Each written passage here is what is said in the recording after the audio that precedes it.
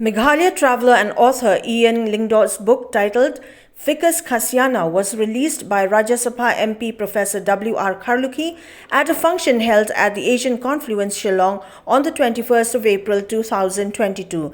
Others present during the occasion included Commissioner and Secretary Arts and Culture Department Frederick KHARKONGOR, faculty member of Department of Creative and Cultural Studies, Northeastern Hill University Professor Desmond KHARMAWPHLANG, retired chairperson of the Union Public Service Commission, Professor David R. SYIEMLIEH, besides others.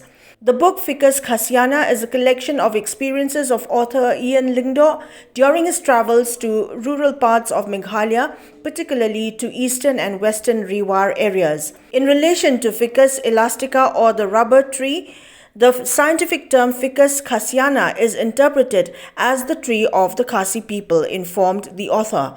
Apart from the flora and fauna found in the state of Meghalaya, the book also offers an insight into the natural structures like the living root bridges, monoliths, retaining walls, platforms and ladders that have been formed over decades.